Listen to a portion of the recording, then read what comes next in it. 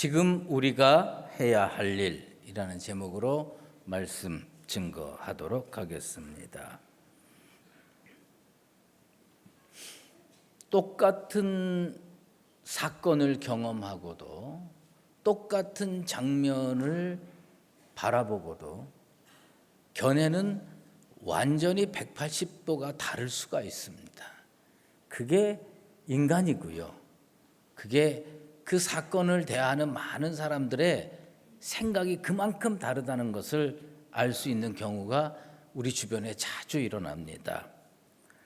모세가 젖과 꿀이 흐르는 가나안 복지로 12명의 정탐꾼을 보냈습니다. 그들은 이스라엘 땅 전부를 다 샅샅이 살펴봤습니다. 40일 후에 돌아와서 12명의 정탐꾼이 보고를 했는데 이 보고가 쫙 갈라졌습니다. 완전히 다르게 갈라졌습니다. 어떤 것이 객관적인 보고며 어떤 것이 충성스러운 보고일까? 우리들은 그것을 생각하지 않을 수가 없습니다. 너무나도 다른 보고서였습니다. 똑같은 것을 봤어요. 그런데 180도 달랐습니다. 두려운 마음으로 세상을 보는 사람에게는 그 가나안 거민들이 거인처럼 느껴졌습니다. 그리고 자기들은 메뚜기처럼 보였습니다. 그래서 자기들은 객관적으로 보고를 한다고 생각하면서 이 땅은 도저히 들어갈 수 없는 땅이라고 보고를 했습니다.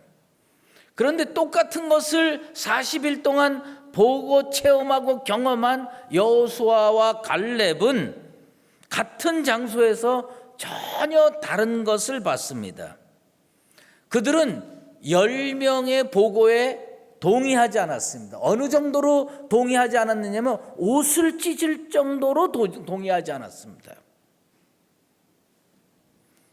여호수아 갈렙은 너무나도 안타까웠습니다. 그 땅은 심히 아름다웠고 당연히 여호와께서 우리를 기뻐하시면 그 땅에 들어갈 수 있다고 보고했습니다. 그러면서 심지어 저들은 거인이고 우리는 메뚜기라고 얘기했던 거와 정반대로 저들은 우리의 먹이다. 옛날 성경에는 저들은 우리의 밥이다 라고 그렇게 보고를 했습니다. 저는 궁금해요. 뭐가 궁금하냐 하면 어떤 것이 더 객관적인 보고입니까? 어떤 것이 더 진리에 가까운 보고입니까? 그들이 달라진 데는 딱 한 가지 요인이 있습니다. 그것은 뭐냐면 하나님 없이 그 땅을 바라보느냐, 하나님이 함께 하시는 걸 전제로 하고 그 땅을 바라보느냐에 따라서 결과가 전혀 달라지는 겁니다. 여러분, 하나님 없이 그 땅을 바라보는 것, 그게 객관입니까? 아니면 하나님께서 도와주신다는 전제를 가지고 그 땅을 바라보는 게 객관입니까? 여러분은 어느 게 객관이라고 생각하십니까? 저는 하나님이 도와주신다는 전제를 밑바탕에 깔고 사건을 바라보고 역사를 바라보는 게 객관이라고 생각하는 사람입니다. 왜 그게 객관이냐? 하나님은 오늘도 살아계셔서 역사를 주관하시는 줄로 믿습니다. 그건 저의 믿음이기도 하고 모든 그리스도인들의 믿음입니다. 그러면 지금 대한민국은 하나님이 붙들고 계십니까? 안 계십니까? 헷갈립니까? 나는 붙들고 계신다고 확신하고 계십니다. 그러면 하나님이 우리와 함께 하신다는 전제를 밑바탕에 깔고 역사를 바라보고 사건을 바라보는 게 객관입니까? 아니면 이 하나님을 싹 배제하고 우리 생각대로 우리 눈대로 역사를 바라보고 사건을 바라보는 게 객관입니까? 저는 하나님은 어차피 살아계셔서 역사를 주관하신다고 할진대 진짜 객관은 하나님이 우리와 함께 하신다는 것을 밑바탕에 깔고 역사를 바라보라. 밑바탕에 깔고 사건을 바라봐라. 10명의 정탐꾼은 하나님이 없는 객관을 추구했습니다. 여호수아와 갈렙은 하나님이 밑바탕에 있다는 것, 하나님이 우리와 함께 하신다는 걸 전제로 역사를 바라보고 사건을 바라봤습니다. 저는 이 객관을 믿습니다. 나는 이 객관으로 우리나라가 나아가야 되고 한국교회가 나아가야 된다고 믿는 사람입니다. 오늘날 많은 교회의 성도들이 하나님을 배제하고 세상을 바라봐요. 정치가가 이 나라를 다 좌지우지한다고 생각해요. 위정자와 공직자들이 마음대로 다 해서 이 나라가 앞으로 그렇게 끌고 갈 거라고 생각을 합니다. 난 그렇게 생각 안 합니다. 하나님이 살아계셔서 이 땅을 붙들고 계시기 때문에 이렇게 저렇게 할 수 있을지 몰라도 하나님이 그것을 정돈해 주실 거라고 난 확신하고 있습니다. 마지막 때에 믿는 자를 볼 것이라고 말씀하고 있습니다. 우리 교회가 하나님의 은혜로 합의에 이르렀습니다. 어떤 분들은 너무 감사하다고 박수를 치고 찬성하는 분이 있고, 어떤 분들은 너무 안타까워하면서 저곳에 들어가지 못한 것을 탄식하고 슬퍼하는 사람이 있는 것을 제가 잘 알고 있습니다. 사람이 살다 보면 자기가 간절히 기도하고 간구한 대로 응답이 되지 않는 경우가 종종 있습니다. 그렇다고 해서 하나님이 살아계시지 아니하고, 그렇다고 해서 하나님께서 우리를 버리신 건 아닙니다. 우리가 알지 못하는 하나님의 뜻이 다른 길에 있다면 우리는 하나님이 그렇게 응답해 주시면 믿음으로 그 길을 걸어가야 할 줄로 믿습니다. 하나님은 이사야 선지자에게 이스라엘 백성을 위로할 사명을 주셨습니다. 내 백성을 위로하라. 그런데 어떻게 위로해야 되느냐? 예루살렘의 마음에 닿도록 말하라고 명령하십니다. 예루살렘의 마음이 있습니까? 강북제일교회의 마음이 있습니까? 있습니다. 그곳에 성도들 마음이 있습니다. 하나님께서 이스라엘 백성이 전혀 예상하지 못했던 응답을 해주셨어요. 그리고 선지자에게 예루살렘의 마음을 위로하라고 명령하십니다. 저는 지난 한 주간 동안에 이 말씀을 붙들면서 나에게 하나님께서 이 사명을 주시는구나. 강북제일교회 성도들, 이 교회의 마음을 위로하도록 주님께서 저에게 명령해 주셨습니다. 하나님이 우리와 함께 하시면 우리의 미래는 지금과 상상하지도 못하는 은혜의 미래, 축복의 미래가 될 줄로 믿습니다.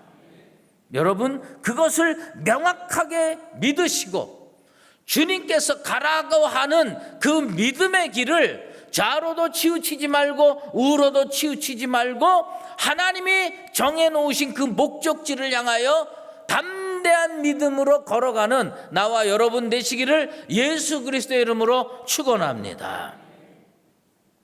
시편 102편 13절 14절 말씀입니다. 주께서 일어나사 시온을 긍휼히 여기시리니 지금은 그에게 은혜를 베푸실 때라. 정한 기한이 다가옴이니이다. 주의 종들이 시온의 돌들을 즐거워하며 그의 티끌도 은혜를 받나이다. 주님이 일어나시게 될 줄로 믿습니다. 우리가 일어나기 전에 우리 하나님이 일어나시고 우리 예수님이 일어나시고 우리 성령님이 일어나시게 될 줄로 믿습니다. 그리고 우리 주님께서 이제 은혜 베푸실 때가 다가온 줄로 믿습니다. 나는 그 시편 102편 말씀 중에 제일 가슴에 와닿는 표현이 뭐느냐면 그의 티끌도 은혜를 받나이다. 이 성전 밑바닥에 있는 먼지 하나하나까지도 하나님께서 은혜를 베풀어 주실 줄로 믿습니다. 우리가 위로받아야 될 것은 딱 한 가지입니다. 하나님이 여전히 우리와 함께 하시는 줄로 믿습니다. 이것을 믿으시게 되기를 주의 이름으로 축원합니다. 그리고 불신앙의 늪, 침륜에 빠지지 마시고 하나님께서 이끄시는 대로 믿음의 길을 담대히 걸어가야 됩니다. 살다 보면 갈라서야 할 때가 있는 법입니다. 갈대아 우르를 떠나서 적과 꿀이 흐르는 가나안 땅으로 아브라함이 롯과 함께 몇십 년을 동행을 했습니다.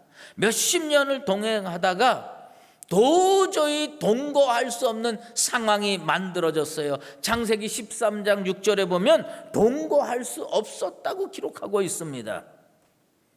그런데 그때 갈라서기로 작정을 하고 아브라함과 롯은 선택을 했습니다. 놀라운 것은 아브라함의 선택은요, 세상적인 의미로 놓고 보면 오늘날 이 경제의 토대를 두고 이것을 살펴보면요, 너무나도 어리석은 결론에 도달했습니다. 롯에게 먼저 선택을 맡겼습니다. 내가 좌하면 내가 우하리라. 내가 우하면 내가 좌하리라. 롯은요, 눈으로 들어보니까 소돔과 고모라가 여호와의 동산처럼 보였습니다. 여호와의 동산처럼 보여서 거기를 선택을 딱 했습니다. 오늘날 세상적인 의미로 놓고 보면 여호와의 동산 같은 곳이 이곳입니까? 미아 성전입니까? 저는요, 미아 성전이라고 생각하고 있어요. 여호와의 동산처럼 보이겠지요. 그래서 롯은 소돔과 고모라를 선택을 했습니다. 그러나 역사는 살펴보면요, 끝날 때까지 끝나는 게 아닙니다. 하나님은 롯이 살던 소돔을 불로 심판했습니다. 롯이 선택하고 남은 찌꺼기 같은 데를 아브라함이 선택을 했습니다. 아브라함인들 그걸 기쁨으로 쉽게 받아들일 수 있었겠습니까? 아닙니다. 그런데 하나님은 언제 나타나셨느냐? 롯이 소돔과 고모라를 선택할 때 나타나지 않았습니다. 합의를 다 이루고 각자 갈 길을 가는 것을 결정하고 롯이 떠난 후에 하나님이 아브라함에게 나타나셔서 새로운 약속을 해주시고 새로운 축복을 해주신 줄로 믿습니다. 저는 오늘이 어떤 시기냐? 하나님이 우리의 합의를 다 보시고 여호와의 동산 같은 곳을 선택한 사람들이 우리 곁을 다 떠나고 하나님은 우리에게 찾아오셔서 새로운 약속, 새로운 사명, 새로운 축복을 오늘 이 시간 우리와 맺어주시게 될 줄로 믿습니다. 이것이 오늘 우리가 하나님을 통해서 봐야 할 객관입니다. 이런 은총의 역사가 반드시 일어날 줄로 믿습니다. 우리는 오랫동안 기도해 왔습니다. 8년 반 동안 간절히 기도했습니다. 우리가 100% 원하는 모습은 아닙니다. 하지만 이 합의도 기적과 같은 하나님의 은혜로 기기묘묘하게 여기까지 이르렀습니다.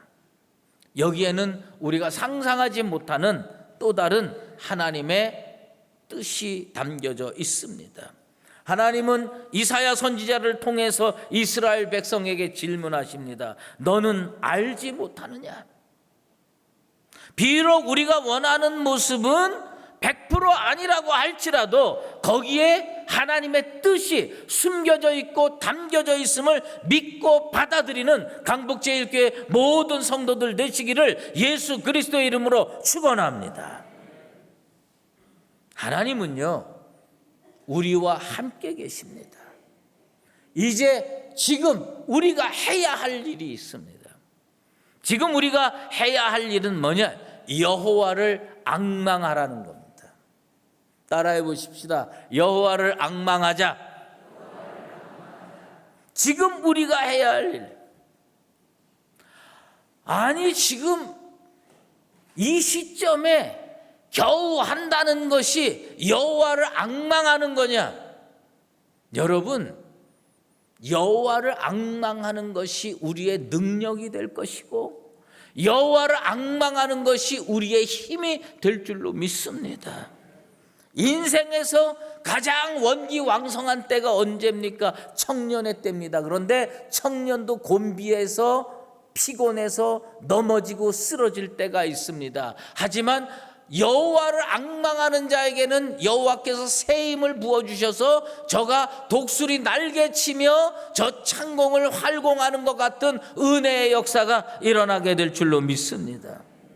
여러분의 눈을 들어서 지금 하나님을 우러르고 바라보시게 되기를 바랍니다. 여러분의 눈의 초점을 세상에 두지 말고 포커스 온 갓, 하나님께 포커스를 두시게 되길 바랍니다. 그러면 여러분이 상상하지 못하는 놀라운 은혜와 축복을 주시게 될 줄로 믿습니다. 시편 145편 19절에 이런 말씀이 있습니다. 그는 자기를 경외하는 자들의 소원을 이루어 주신다. 할렐루야. 우리의 소원을 우리가 상상하지 못하는 방법으로 하나님께서 지금부터 이루어 주시게 될 줄로 믿습니다. 엘리야가 얼마나 능력의 종입니까? 갈멜산 꼭대기에서 850대 1의 영적인 대결에 불로 역사해서 승리로 이끌었던 사람입니다. 그가 또 하나님께 3년 반 동안 비 한 방울 내리지 않았던 땅에 기도함으로 장대비가 쏟아졌던 역사를 일으킨 그런 위대한 하나님의 종입니다. 그런데 그도 쓰러질 때가 있었습니다. 그도 넘어질 때가 있었습니다. 자기 기도 제목대로 다 되지 않았습니다. 자기 바라는 대로 다 되지 않았습니다. 당장 죽어야 될 이세벨이 득달같이 일어나서 이 믿음의 종, 하나님의 종 엘리야를 죽어라고 쫓아옵니다. 그가 로뎀나무에서 쓰러져서 이렇게 하나님께 간구합니다. 여호와여, 넉넉하오니 지금 내 생명을 거두어 주시옵소서. 하나님은 천사를 급파하시고 엘리야를 어루만져 주시고 숯불에 구운 떡과 물 한 병을 먹게 하셨습니다. 하나님을 통해서 그는 새 힘을 공급받았습니다. 피곤해서 지쳐서 로뎀나무 밑에 쓰러져 있던 이 인생이 벌떡 일어납니다. 벌떡 일어나서 40주 40야를 늠름하게 강건하게 걸어가고 하나님께서 정해 주셨던 그 목적지 호렙산에 이르는 축복의 역사가 이루어집니다. 어렵지요. 힘들지요. 하지만 여호와를 앙망해서 하나님께서 새롭게 주시는 성령을 받고 은혜를 받는 우리 교회가 되기를 바랍니다. 그래서 우리에게 새롭게 제시하시는 그 호렙산과 같은 목적지를 향하여 강하고 담대하고 강건하게 걸어갈 수 있는 우리 교회와 성도 되기를 주의 이름으로 축원합니다. 하나님께서 우리에게 새로운 사명을 주셨습니다. 저는요, 이 새로운 사명을 우리가 어떻게 받느냐에 따라서 앞으로 5년 후, 앞으로 10년 후가 완전히 달라진다고 확신하고 있습니다. 일부 때는 얘기를 안 했는데요, 사실은 이 이야기를 할까 말까 수없이 망설이다가 원고에서 뺐습니다. 며칠 전에 후배 목사님이 저한테 느닷없이 전화를 했습니다. 우리 교회의 형편을 잘 아는 분입니다. 잘 아는 분이 우리 교회가 저쪽과 합의 봤다는 이야기를 다 듣고 전화를 했습니다. 전화를 해서 저한테 격려를 합니다. 그런데 제가 그게 한 개인의 격려, 한 개인의 위로로 들리지 않고 하나님의 음성으로 들렸습니다. 우리가 합의해서 받은 약속받은 금액이 있습니다. 이건 그분 표현입니다. 형님, 하나님은 씨를 심으시고 30배, 60배, 100배의 결실을 맺으시는 분이십니다. 하나님께서 형님 교회에 그것을 주신 것은 하나님께서 30배, 60배, 100배의 결실로 반드시 맺어주실 줄로 믿습니다. 내가 그걸 듣고 하나님의 음성으로 들었습니다. 하나님께서 이 종을 통해서 참 마음으로 힘들어하고 어려워하는 저와 우리 강북제일교회에 메시지를 주시는구나. 사실 우리 교회 새로운 축복의 시대가 열렸습니다. 왜 그런지 아십니까? 우리 교회는요 젊은 교회입니까? 늙은 교회입니까?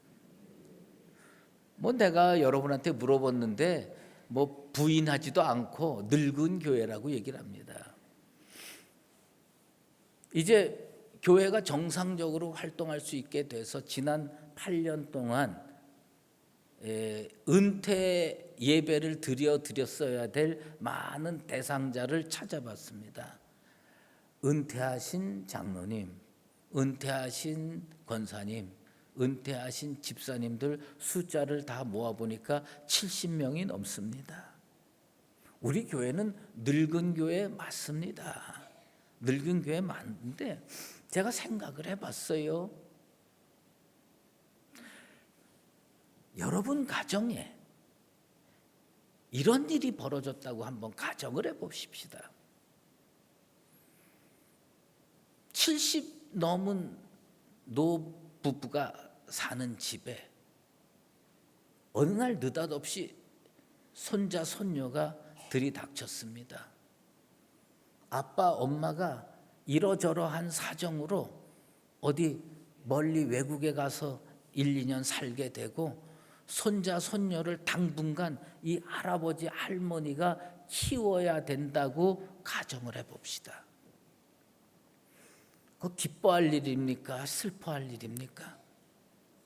그건 기쁜 일도 아니고 슬픈 일도 아니고 힘든 일이겠죠. 그저 노인네 둘이서 그저 소꿉장난 다시 하듯이 그저 그냥 가스레인지에다가 밥 조금 끓여가지고 그냥 대충 국이나 김치 이런 거 해가지고 먹고 살았는데 어느 날 손자 손녀가 그냥 혈기왕성한 애들이 들이닥쳤습니다. 제가 볼 때 할머니 눈이 빛날 거라고 봅니다. 지금같이 살 수가 없어요. 예. 아무리 힘들어도 영감 밥 해주듯이 해줄 수는 없어요. 손주 손녀에게. 그럼 뭐냐, 장도 봐와야 되고 그 다음에 이제 그냥 냄비 그릇 다 폐기하고 그냥 가까스로 먹고 살만한 것만 남겨놨는데 다시 사야 됩니다. 냉장고도 들여놔야 됩니다. 텔레비전도 바꿔야 됩니다. 다 해가지고 뭐예요? 이 할머니 할아버지가 정신 차리고 살지 않으면 손자 손녀 먹여 살릴 수가 없습니다. 힘이 나는 거예요. 내가 살아있을 이유가 생기는 겁니다. 우리 교회 늙은 교회 맞습니다. 늙은 교회 맞지만 하나님께서 여러분들에게 젊게 살라고 새로운 사명을 주신 줄로 믿습니다. 좋은 것으로 내 소원을 만족케 하사 내 청춘을 독수리같이 새롭게 하시는도다. 독수리가 날개치며 올라갈 기회를 하나님이 우리에게 주셨습니다. 70난 노인네들에게 80난 노인네들에게 하나님이 뭐냐? 너 이제부터 전도해라. 너 이제부터 다시 복음 증거해라. 너는 이 시대의 젊은 독수리가 되라. 여러분 나이 몇인지 모릅니다. 저는요 아예 작정했습니다. 제 나이에 25을 빼기로. 왜요? 지금 제 나이가요 은퇴를 준비할 나이입니다. 은퇴를 준비할 나이입니다. 아브라함이 언제 하나님한테 사명받았는 줄 아세요? 75세 때 갈대아 우르를 떠나서 내가 지시할 땅으로 가라 보따리 싸들고 믿음으로 갈 바를 알지 못하고 떠났습니다. 모세가 언제 새로운 사명 부여받았습니까? 80세에 부여받았습니다. 그래서 출애굽하고 이스라엘 백성을 40년 동안 끌고 다닐 수밖에 없었습니다. 갈렙이 헤브론 땅에 들어가기를 원했는데 그때 나이가 85세였어요. 85세 때 전쟁을 할 만한 나이입니까? 전쟁하기 어려운 나이입니까? 그런데 그는 전쟁하기로 작정하고 그 일에 뛰어들어서 헤브론을 새로운 믿음의 성지로 만들었습니다. 저는요 25살을 빼기로 했습니다. 저 30대 후반입니다. 오늘부터 30대 후반입니다. 여러분들 여러분 나이에서 25을 빼십시오. 25을 빼고 40대처럼 50대처럼 60대처럼 뛰어다니게 되길 바랍니다. 하나님이 우리에게 어떤 사명 주신 줄 아십니까? 이 시대의 청춘 독수리가 되라. 이 시대의 젊은 독수리가 되라. 남들은 다 은퇴하고 편안하게 교회 생활할 나이 맞습니다. 그런데 하나님께서 새로운 길을 떠나라고 명령하시니 우린 어떻게 됩니까? 여기서 다른 박질 쳐야 됩니다. 해방 후에 그리고 6.25 사변 후에 북한하고 남한하고 어디가 더 잘 살았습니까? 북한이 전기도 넉넉했고 자원도 넉넉했고 경제력도 뛰어났습니다. 거기에 비해서 북한이 전기 끊고 나서 우리 남한은요 전기도 없어서 양초로 불을 켜야 됐습니다. 그리고 경제력도 형편없었습니다. 공업이라고 하는 게 다 북한에 있었습니다. 그래서 우리는 어떻게 됐습니까? 그때부터 우리는 더 열심히 살아야 할 이유가 생긴 겁니다. 더 열심히 살아야 할 이유를 붙들고 50년 60년 뛰어오니까 지금 북한과 비교도 할 수 없는 강대국 반열에 서 있고 축복의 땅을 만들어간 줄로 믿습니다. 오늘 저쪽은 우리와 비교할 수 없을 정도로 축제의 날을 보낼지 모릅니다.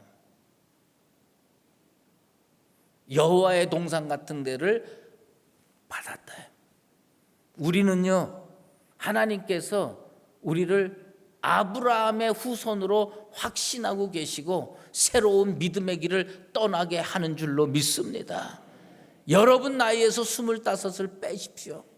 그리고 청춘처럼 뛰어다니십시다. 저 창공을 향하여 독수리 날개치며 올라가는 믿음의 역사를 새롭게 일으키게 되기를 바랍니다. 영화 국제시장에서 황정민이가 주인공 역할을 했는데 그 역할이 덕수예요. 그가 마지막에 한 말을 저는 잊을 수가 없습니다. 이 힘든 세상 풍파를 우리 자식이 아니라 우리가 겪은 게 다행이다. 이 힘든 세상 풍파를 우리 시대가 지금 겪었습니다.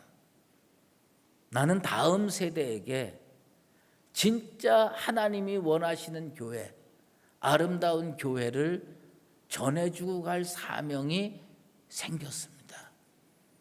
우리 시대가 해야 할 일이 뭔지 아십니까? 지금 우리가 해야 할 일이 뭐냐? 여호와를 앙망하면서 주님이 공급해 주시는 힘으로 청춘 독수리처럼 다시 날개치며 창공을 향해 비상하는 교회, 비상하는 성도 되시기를 예수 그리스도의 이름으로 축원합니다. 기도하겠습니다. 하나님 아버지 감사합니다. 하나님이 우리가 알지 못하는 방법으로 여기까지 인도해 주신 것 감사합니다.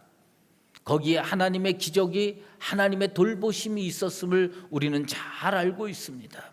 이제 우리는 믿음으로 새 길을 떠나기를 원합니다.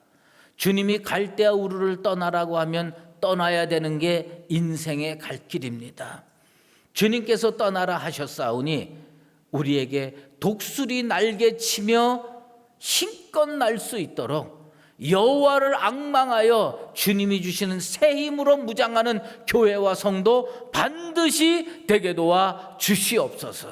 예수 그리스도의 이름으로 기도드리옵나이다. 아멘. 이제는 우리 주 예수 그리스도의 은혜와 하나님 아버지의 그 크신 사랑하심과 성령의 인도하시고 교통하심이 새로운 길을 열어주실 때 오직 여호와를 앙망함으로 말미암아 새 힘을 공급받고 독수리 날개치며 하나님의 뜻을 이루기까지 다른박질 치기로 작정하는 사랑하는 강북제일교회 모든 믿음의 권속들 머리머리 위에와 주의 몸된 교회 위에 이제로 영원히 함께 계시옵기를 간절히 축원하옵나이다.